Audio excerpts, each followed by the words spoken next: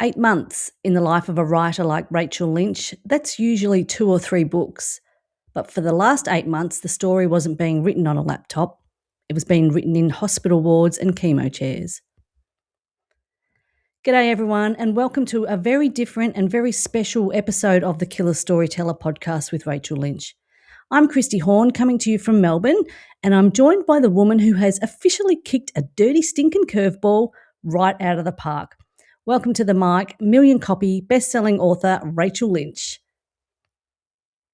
Hi, Rach. Firstly, it's great to see you, my partner in pod. How are you? Hiya, Kristy. Yeah, doing well, thank you. How are you? Yeah, pretty good. It's great to see you online here tonight. The reason we're here today recording this episode is because it's been a big couple of weeks. Well, 8 months to be honest. Rach, you shared some very personal health news recently. So if you're up for it, we'd love to hear from you if that's okay. Absolutely. And it's not one I expected to be talking about. Really big couple of weeks. And I've shared a bit of personal news on social media and, getting reactions that I never expected, which is amazing. I certainly didn't have cancer on my bingo card at all, actually. And it was only recently that I decided that I wanted to talk about it. So I was diagnosed back in last August, and it has just been a whirlwind of treatment ever since. From my diagnosis in August to loads of different tests, being pulled this way and that, MRIs, CTs, blood tests, the works, and then the treatment itself, 6 months of chemotherapy. And now I'm kind of the other side of that treatment. I'm still in active treatment, but I'm post-chemo, post-surgery. And so why did I decide now? Well, 2 reasons, really. I think throughout the whole journey, I've been on some really amazing forums with other women going through this. And it hit me that people really want to talk about this and to share stories. For that feeling of safety and camaraderie. And we all need that mutual support in the cancer community. I'm a member of some incredible forums and, like I said, Facebook groups.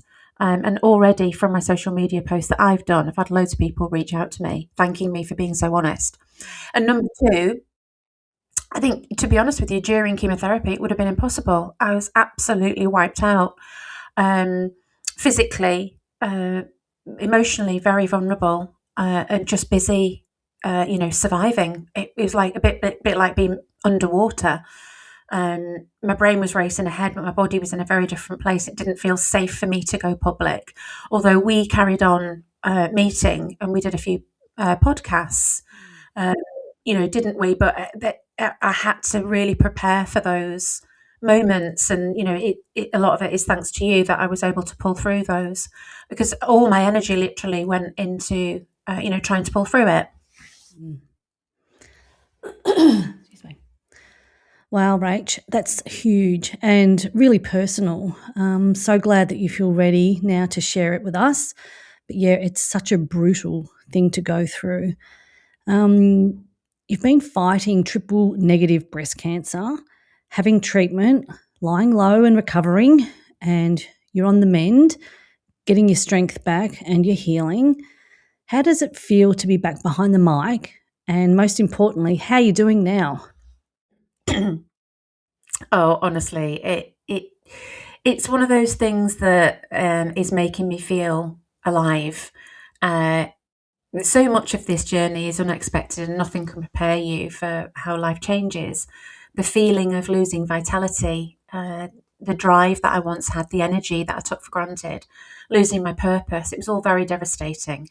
So to be here with you doing what I used to take for granted, like working, speaking, sitting behind a desk, laughing, although that's never stopped, sharing, concentrating, chemo brain is real. is nothing short of liberating. I feel as though I've been hibernating for 8 months and I've just emerged into the world like a really grumpy bear. I've got lots to do. I'm desperate to be me again. But these things take time, and I've got to take it slow.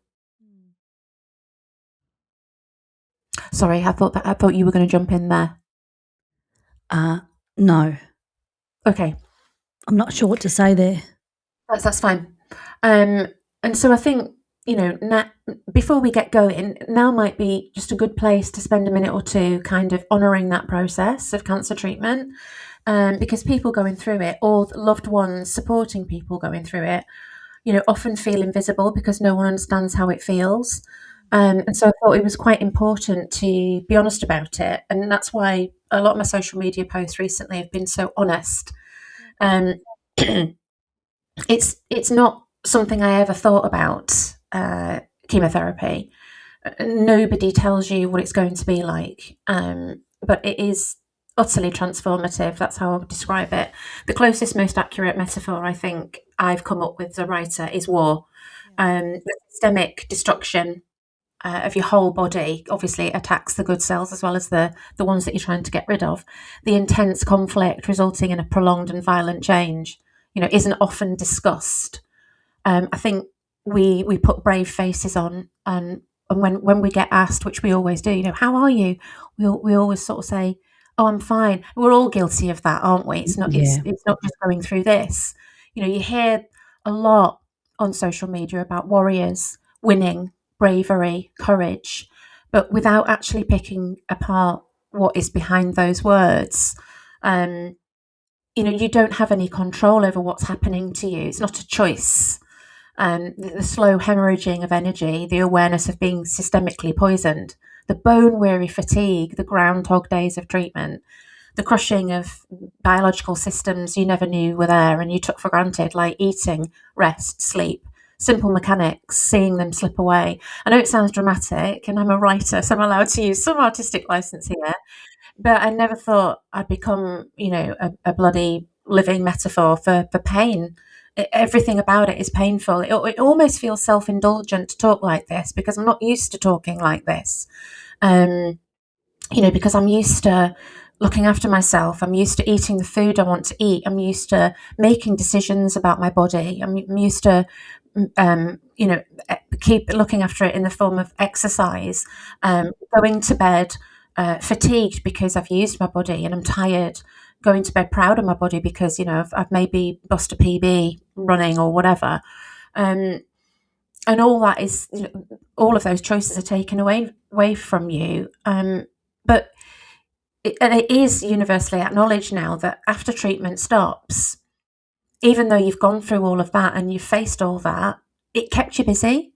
So one of the most challenging times is now because everybody thinks, oh, brilliant, you're better. As I had my surgery about 6 weeks ago now, and I am incredibly lucky that the chemotherapy killed a 3.5 centimetre tumour, and there's no evidence of cancer in my nodes under my arm either. So, that's incredible. I'm incredibly grateful. But I think you're left with this deep shock from this assault, and it's going to take a long time to process that. Yeah, absolutely. Rach, the way that you describe that, it sounds relentless and really consuming. Even the use of the word hemorrhaging. When you were going through it, did you feel like you had any sense of control, or was it more something that felt completely out of your hands? Yeah, I think that was the hardest thing for me. I am a bit of a control freak. I plan out my days, and I've raised two kids. They're now 21 and 19 now. Everything's always been kind of on my terms, as much as life can be. Career choices and things like that. Like I say, the choice over your own body, what you do with your own body, it's a very personal human right, that, isn't it? To be in charge of one's own body. And I hope, I don't offend anybody by saying this, but especially as a woman, we it's very private having that control over our bodies because we are vulnerable, more vulnerable physically than men. So it's a very deep, private part of ourselves. And no, I had absolutely no control over anything. My hair, my weight, my food, my appetite, my bodily functions. I mean, let's get real here. No, I had to trust the process. It was like a bit like getting an aeroplane. I don't like flying. I don't think many people do. Yeah. But you have to trust that the guy sat in the seat or the lady sat in the seat, they know what they're doing and they haven't had a few bevies, because that's what it's like. And I had to completely trust my team, the people putting that poison in me. I had to just believe that it would work in the end. But yeah, that was the scariest thing, I think, not being in control. Yeah, it's really hard to even fathom, isn't it? Like not having any control over what's happening. It's really hard to fathom that. We just take it for granted, don't we? Yeah. Having choice, humans having choice on a day-to-day basis. Yeah, the simplest things. We choose what time to get up. We choose, where to sleep. We choose what to eat, and that sort of, we choose how to behave. So it's a very, very fundamental sort of human need, isn't it? That's exactly right, Rach. You mentioned that as a history teacher, mustard gas was just part of a distant World War I curriculum. Then suddenly it was the symphony of drugs saving your life. 16 rounds of chemo to kill a 3-centimetre tumour, as you just spoke to us about. When you realised the very thing that you taught was the thing keeping you here, what went through your mind? It was one of those real aha moments, and the thing that I love most about my job as a crime author, not too dissimilar to being a history teacher because of all the research, and one of those sideline stories from history that it isn't in the textbooks, but it gives such an important perspective on things. And I taught about World War I for years, and I never knew that fact, that chemotherapy was developed from mustard gas. Apparently, people observed that chemical warfare attacked blood cells and made people's, compromised people's immune system. It wasn't until World War II when it was developed as a treatment for lymphoma and leukemia. But that aha moment was way back in the First World War. And the first IV chemo was actually called mustine. My brain went into full research fever pitch levels when I found out that one of my drugs, paclitaxel, is from a yew tree on the Pacific coast. Little details like that kept me sane. I wanted to know what was being injected into me, and I wanted to understand the poison. Since the 1970s, there's been incredible advances, and now immunotherapy is standard care. That blows my mind too. One of my drugs is called the Red Devil because it's a powerful antibiotic that's pink. It comes from a bacteria found in Italian soil, which is red. Amazing. It's called the devil. I know, it's called the devil because of its horrendous side effects. It's got a really bad reputation. Another of my chemo drugs, carboplatin, is platinum based and kills cancer DNA. So I imagined all these warriors, floating around my body, killing the baddies. with the tri pitchfork, the devil. Absolutely, yeah. Does everybody have the red devil, or different cancer treatments have different drugs? Yeah, it's a classic breast cancer treatment, the Red Devil. Okay. Unfortunately, the three main treatments really for breast cancer, the platinum drugs, and then your Taxol drugs, the one from the tree, and then your Red Devil, your DNA disruptors. And sadly, all three of them make you lose your hair. There are lots of cancer treatments out there where you don't lose your hair, but sadly, breast cancer is a perfect storm, and you're guaranteed to lose it, really. I mean, they put a comedy picture of me on social media with the cold cap on. Yeah. And basically, they put it on you and it freezes your scalp. And so the chemotherapy doesn't reach your hair follicles on your head. And so the idea is that you can keep your hair for longer. And I kept mine up until gone Christmas. So, the first sort of 4 or 5 months of treatment. So I was really, really lucky. The cold cap worked. I just felt more like me for a bit longer. But then I had my husband and my daughter gave me the buzz cut. And now if you're on YouTube, you'll be admiring my beautiful wig from a local company in Ware near us in Hertfordshire. So I love it. They've done a great job, and I think hats off to all women going through this, and some men actually get breast cancer too. But yeah, they do, because obviously they have mammary tissue. But there are lots of women out there who rock the bald and embrace the bandana, and that is wonderful. It's all about personal choice, and I went with the wig choice. It just makes me feel a little bit more like me when I go out. But it is growing back. So that's good news. Nice. What I love about you, Rach, is you're an author, you're a teacher, digging into the details, and only you could turn chemo into a full history and science deep dive. But seriously, did that curiosity help you mentally get through it, or did it actually make it feel even more real?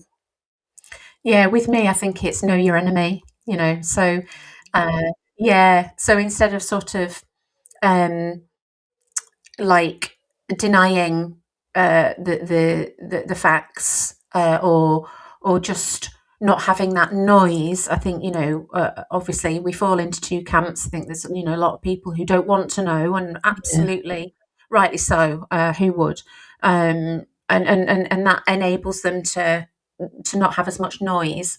And then there's the people like me, and we're also equally big camp, which is no, I need to know what I'm dealing with here. And so information has always been my friend, with teaching history, or I was a personal trainer for a long time as well. So so knowledge is a really big, important part of that. And so not only was it fascinating finding out all of these things, it calmed me as well, because I think with me, the more I knew my enemy, the more I could get my head around it, the more I could go, okay, I understand what's going on now. So this week, this is going on, and next week is another week. And so that was the way I kind of dealt with it. That totally makes sense. The knowledge is so powerful, isn't it, Rach? Really, really I think so. It is for me. I find it comforting in a way, even though it's not nice. Knowing a bit more about it made me able to ask specific questions as well when I saw the oncologist. So, or the surgeon, I would say, and what about this? And then I would get the answer that I needed, just to calm my nervous system down. Yeah. That helped. Yeah. So you actually are a bit of a chemo expert. So when you came for your meetings with your oncologist, a big list of questions, like, oh my God, here she comes, Rachel Lynch with all the bloody questions. On one of my first meetings with the surgeon, he told me I was triple negative, and we were going to talk about this later, but let's just describe this here. So basically, there's a couple of breast cancers that we know about, and a lot of them haven't been discovered yet, because a lot of them are mutations that we don't really understand. But so the hormonal ones are, you're either progesterone positive or estrogen positive. That's P positive or E positive. And then there's HER2 positive, which famously Kylie had. She, really sort of got the word out there about Herceptin. So HER2 positive is a growth hormone. And basically it's about what makes the cancer grow. So, if the HER2 is what's sticking to the cancer and making it thrive, then you want to switch off the HER2. which is what Herceptin does. If it's the hormones, progesterone and estrogen, that stick into the cancer and making it grow, if that's what it's feeding on, you want to switch those off. So that's where tamoxifen comes in and all the hormone treatments. Sadly, if you haven't got any of those three, then there's not a lot they can do apart from hit it with horrible chemotherapy. And that's called triple negative because you haven't got any of the three receptors. Okay. And so yeah, when he sat there, I'd already Googled this, and the surgeon, when I went in for my diagnosis, the surgeon said, yeah, it's invasive ductal carcinoma. And I said, what type? And he said, oh, it's progesterone negative, estrogen negative, HER2 negative. And I just went, triple negative then. And he looked at me and went, oh, you one of those? Nod. Yes.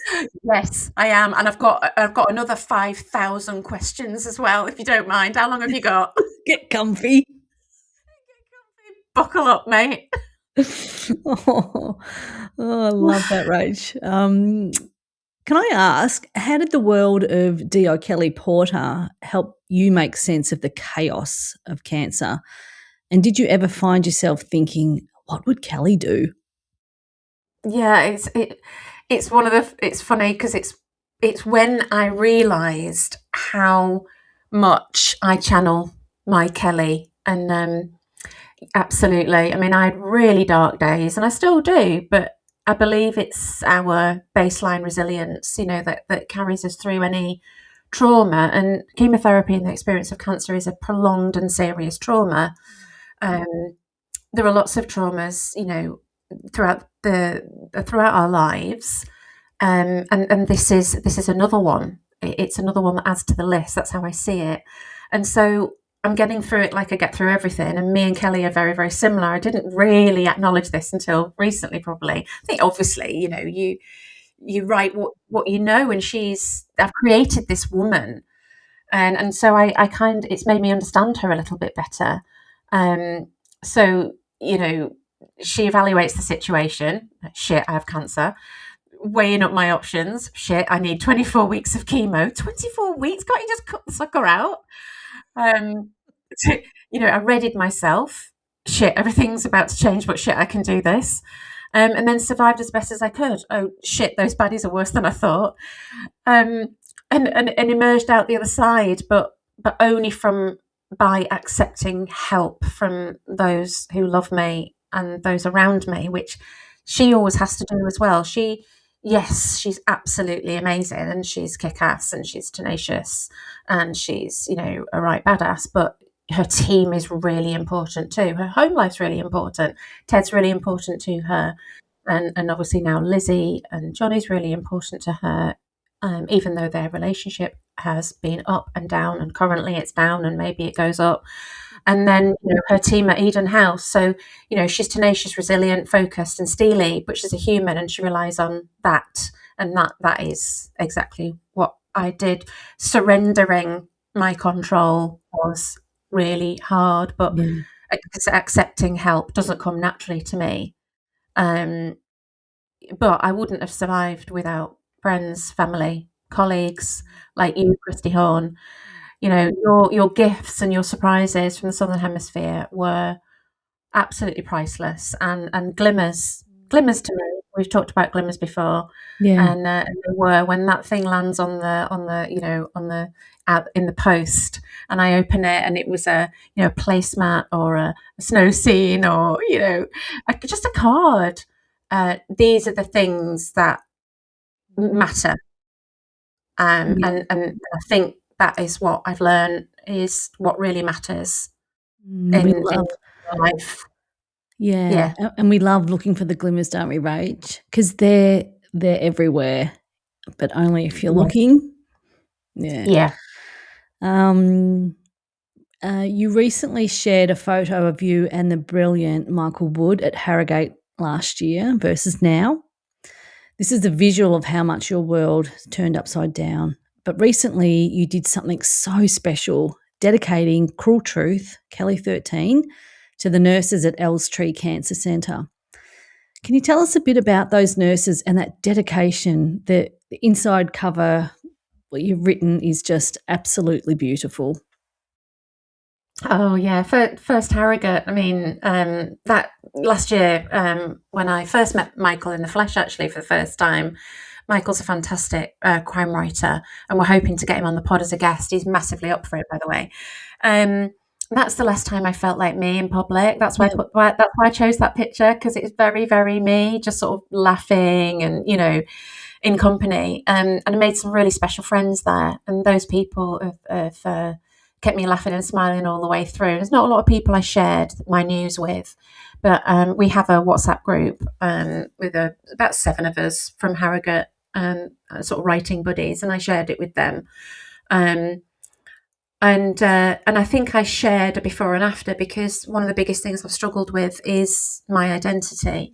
I love exercise, I love food, I love socializing, I love traveling, I love sunshine, I love laughter.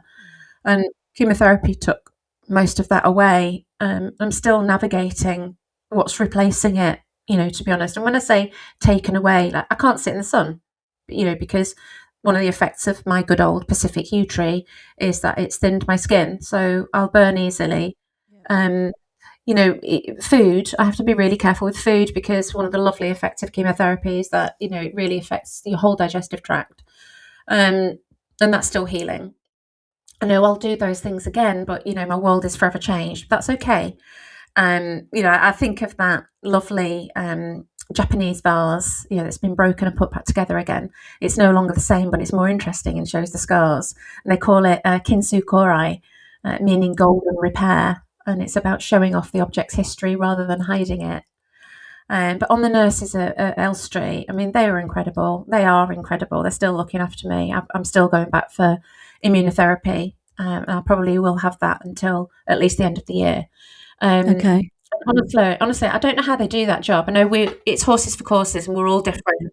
But they're the best of us. They're truly good humans. They were always there to listen from one week to the next about all the ways that cancer destroys your life, physically, emotionally, mentally, spiritually.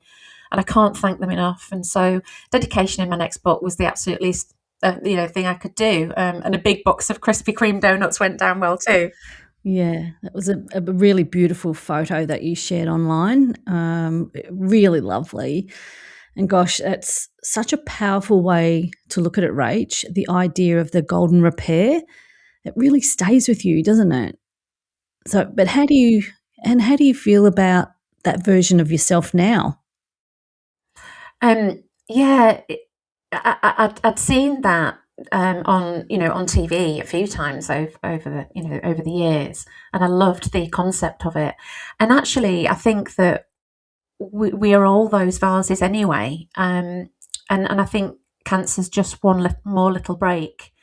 Does that make sense? Because life's not fair, is it? And life's not easy, and we're always bashing ourselves against life and repairing. And so I think we're all those vases, really. And mine's just taken a bit of a bigger hit over the last couple of months. But the vase is coming back together. So, enriching is the way I'm looking at it. Yeah, it's a really beautiful summary. And what I really love about that is the big box of Krispy Kremes. Who doesn't love a Krispy Kreme? I know. Yeah, they're so soft and delicious. And, if you can scoff down a couple and take some Gaviscon for the heartburn.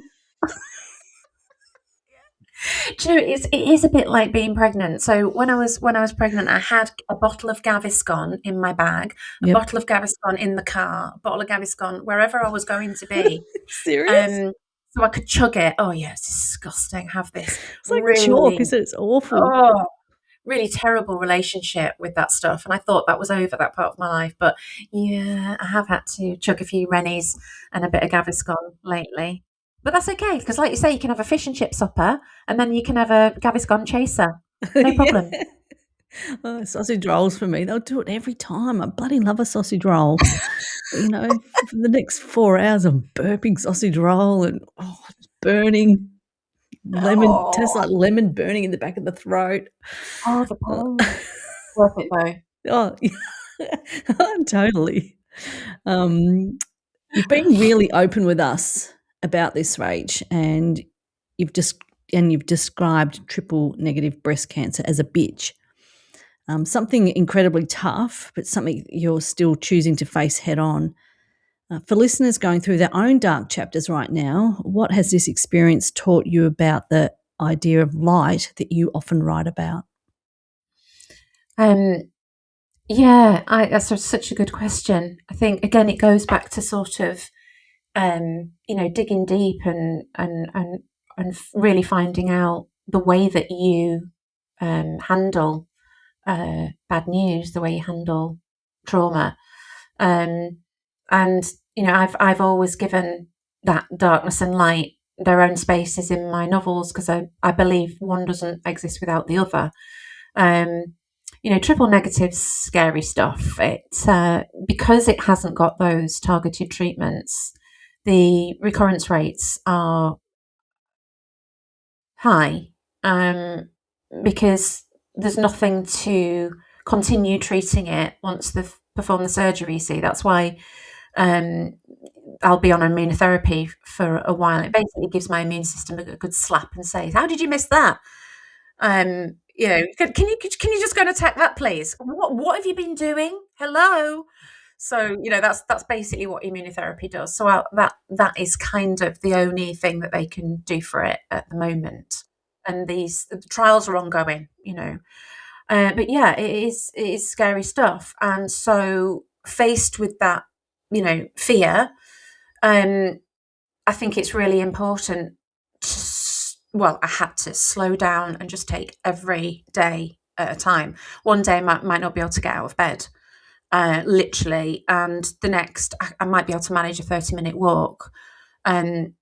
So acknowledging the darkness, because we can't ignore it, and you need to know what I needed to know what I was fighting for. So accepting the bad days made those good ones more special, and I still get them. Yesterday, for example, I was so tired and I just accepted that I had to go to bed for 3 hours. And, my treatment isn't over. I'm still healing. I still have radiotherapy to go. That starts in 2 weeks. I never expected the battle against this disease to be so long. And it may even be longer, depending on, what happens next. And that's why I wanted to single out triple negative, because there are specific groups on Facebook and Instagram that are for triple negative. It's a specific community, and that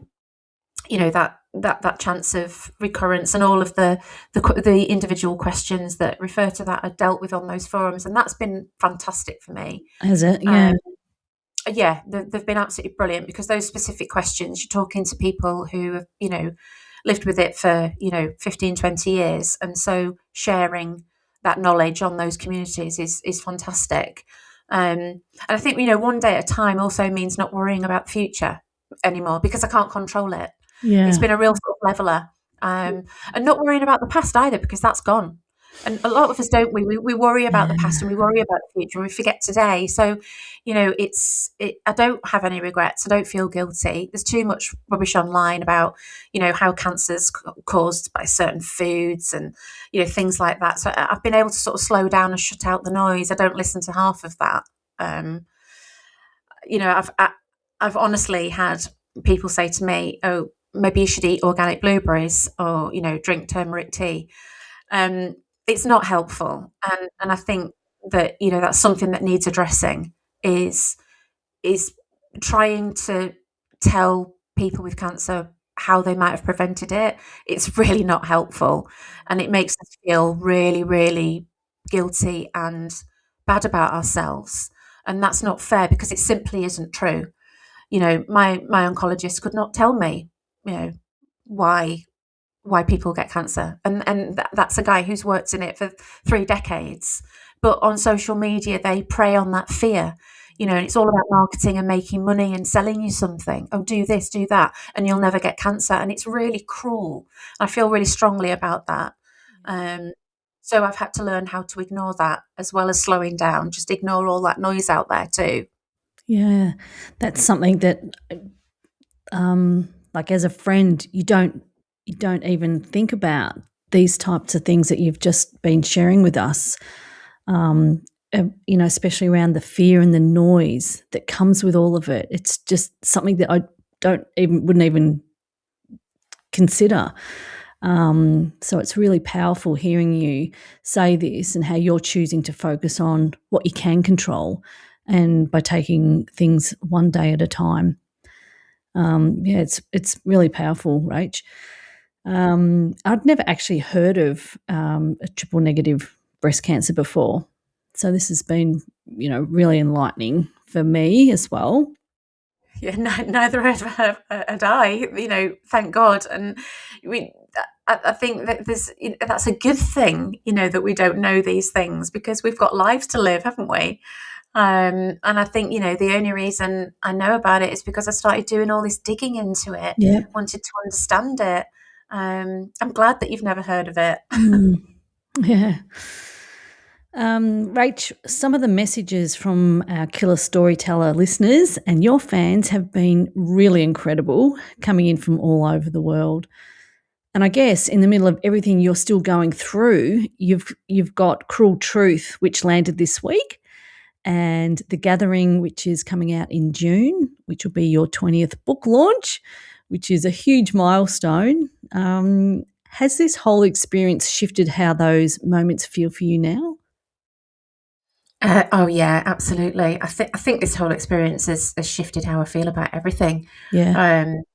But on the books, the messages I've received, and the people I've met. So sorry, I'm going to start that again. Oh yeah, so it's I think it's shifted how I feel about everything. And I think that, the messages that I've been receiving about what I shared on social media about my personal life, and the people I've met, we don't want to be told stuff like take this supplement or, walk 50,000 steps. We simply want to share the pain and the joy, where the glimmers are. And on these, communities that I've joined, I've laughed and I've cried with other women going through it, because, chemo made my farts smell worse than the dogs. But that's normal, apparently. The dog walked away. The dog. The dog walked away. I'm like, oh, puppy, sorry. Was it too bad? But it also humbled me, because equally, my incredible body was fighting so hard for me against that poison. That they only give you it for a certain amount of rounds, because otherwise it'd kill you. It's that toxic. I've become quieter and slower. Things that used to matter to me don't matter so much now. So my launches this year are wonderful, and celebrating my 20th book is brilliant, and that I couldn't be prouder. But there'll be softer launches. My community online hasn't changed though, and I think I'm so glad to be part of the new publishing era online, and so that has continued uninterrupted. So I'll be posting as always, but my writing has become more about the story and less about the sales. I think my writing has gone more sort of inward, about letting it flow and not worrying so much. I write because it makes me happy, and I think going through this, finding anything that makes you feel happy, a glimmer, is a good thing day to day. And I haven't written every day at all by any stretch of the imagination, but when I have, it reminds me that in my books I can win against a monster. Yeah, I love that. I love that so much. That's what you're totally in control of. Yes. There's no denying that at all. And I think essentially Kelly is my inner warrior. She's my hero. In my standalones, I don't always have one protagonist like Kelly, who encapsulates the good. I play a lot more with them, but the only thing that wasn't affected by chemo was my mind, and although I did get a bit forgetful now and again, but in those stories are what's kept me alive, and through the whole journey in the foreseeable future, the whole pace of my life has changed. Now I think I crave slowness and stillness. I feel nostalgic for glimmers from my past when I was safe, like listening to awesome music. I've been listening to a lot of Marvin Gaye, The Have you? Doors, The Bee Gees, Barbara Streisand, Neil Diamond. It's that nostalgic Yeah. comfort for when life was simpler. Yeah. When we were like teenagers or in our 20s, when we didn't really have many things to worry us. And I think I've gone back to that place in a way. I think I'll ease myself gently into socialising with big groups. Don't know if I'm going to do Harrogate this year. It terrifies me at the moment because my confidence has taken a hit. So having books coming out is really good for that confidence. It's good for my healing. I've formed new habits. Don't rush around so much because I can't. I'm gentler with myself, grateful for what I can do, not resentful for what I can't. Also feel really lucky that my job has enabled me to express myself on the page and get my emotions out. So I kept a journal from the very first moment I was diagnosed. So I've filled 2 diaries so far, and I'm so glad I did that, Kristy. Do you journal? I do. Yeah, I do. I've got all sorts of books for different stuff, but particularly when I travel. Over my shoulder there's a whole bookshelf of journals, and I love buying journals. I love I think I sent you a beautiful Anna Blattman journal. You did. Podcasting ones, yeah. So my Anna Blattman journal is now my planning journal, and so I planned out Kelly 15 in it. Did you? Yeah, Oh, yesterday. that's exciting. Yeah, That's I'm so really excited about that one. Yeah. Yeah, so Kelly 14 will come out next February, so February 27. Oh, really? And it's called Cold Shadow. Oh, shit. And I'm just about to start Kelly 15. Yeah, which I'm really excited about. I'm writing that down. So journaling. I'm so lucky that I like that sort of thing, that hand-eye brain contact on the page. That's been really comforting to me, and also being able to get my feelings out. That's been a great help. Have you gone back and reread some of your journals from the early days when you were first diagnosed? All the time. I do it all the time because I'll feel something, especially during chemo. I'll feel something and I'll go, and it's really scary. I'm like, oh my God, what's happening to my body? And then I'll flick back and I'll realise that I've been there before and this is how I dealt with it. So on a really practical level, it was, it was like a case study of all of my symptoms. And I found that really helped me. If I felt something unusual, oh no, I had that in week 3. It's fine. I'll just do that. Yeah. Oh, fantastic. But there's something so honest about the way you've embraced the slowing down and being gentler with yourself. I really love that, Rach, while still finding a way to keep writing through all of it. Like your brain didn't slow down. Actually, I think it's turbocharged. I've got so much catching up to do. Buckle up. Oh, and also I told my oncologist that because this is another sweet little story. So basically, when I was talking to the oncologist for the first time, just before I started chemo, lovely guy, he basically said, oh, what do you do? So I said, oh, I'm a writer. And he said, oh, what do you write? And I said, oh, crime novels. And he went, oh. So he told all the nurses. And anyway, so they wanted me to, share what I did. So I brought in a whole stack of books. And because this one nurse said, Laura, she said, oh, I love crime. So I said, okay, well, I'll bring in a few of my books then. So I took in a stack. And then suddenly other nurses started to come into my pod. And they were like, oh, can I have one? Can I have one? So I signed the whole Kelly series for each of the nurses. And they're all sharing them. Love that. But I said to the oncologist that in my next book, I'm going to kill an oncologist. Gonna He be was like, brutal. fair dinkum. Is he an Aussie? No, that's just my little touch. Was it okay? It was awesome. It was bloody beauty, mate. Oh yeah, you'll have to give him a copy of The Rich because that's like one of the best books ever. Oh, So good. I was absolutely blown away. Actually, they're loving it. So each week I'd go in. One of them had asked me a different question about a plot. It couldn't have been him. What have you done? I'm like, can you just concentrate on my drugs, please? I'll get Jaden in. Oh my god. Yeah, they'd never concentrate if we took all the hotties in from the Kelly series. Graham. Oh, wow. I just needed that big, deep breath, Rach. It's been a real honour to record this special personal episode with you. So thank you for allowing me to have this discussion because we'd ruminated over this for some time, hadn't we? So thank you for being so open and so honest in sharing this with us. Oh, thank you, Kristy. So, yeah, and I think the timing's perfect. And as a final note, I would like to say to all women listening, never think you're being paranoid if you find a lump. Check those boobies, and report anything unusual, no matter how insignificant you think it is. I could barely feel mine, and it was over 3 centimeters, but it was very deep near my chest wall.